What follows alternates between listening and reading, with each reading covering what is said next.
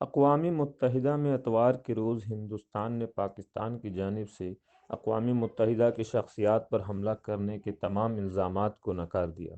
اور کہا کہ پاکستان کا اپنی کمی اور غلطیوں کو چھپانے کا یہ پرانی عادت ہے۔ انہیں چاہیے کہ اقوام متحدہ کی شخصیات کو تحفظ فراہم کرنے میں اپنی کوتاہیوں کی تحقیق کریں اور دور کریں۔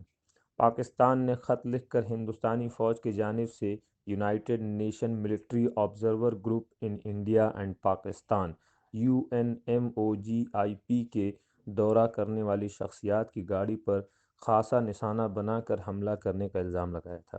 جسے پاکستانی فوج کے ترجمان میجر جنرل بابر افتخار نے فوٹو ٹویٹ کر کے بتایا کہ چرکٹ علاقے میں SUV پر بغیر رخصانے کے حملے کیے گئے۔ ہندوستان کے وزیر خارجہ کے ترجمان انوراگ سریواستو نے اس کا رد جواب پیش کیا اور کہا کہ 18 دسمبر کے الزام شدہ حادثے کی تحقیق کیا گیا اور اسے واقعتاً غلط پایا گیا، اور کہا کہ بجائے بے بنیاد الزام تراشی کے پاکستان کو چاہیے کہ اپنے ملک سے پیدا ہونے والے دہشت گردی کے خلاف پختہ قدم اٹھائے۔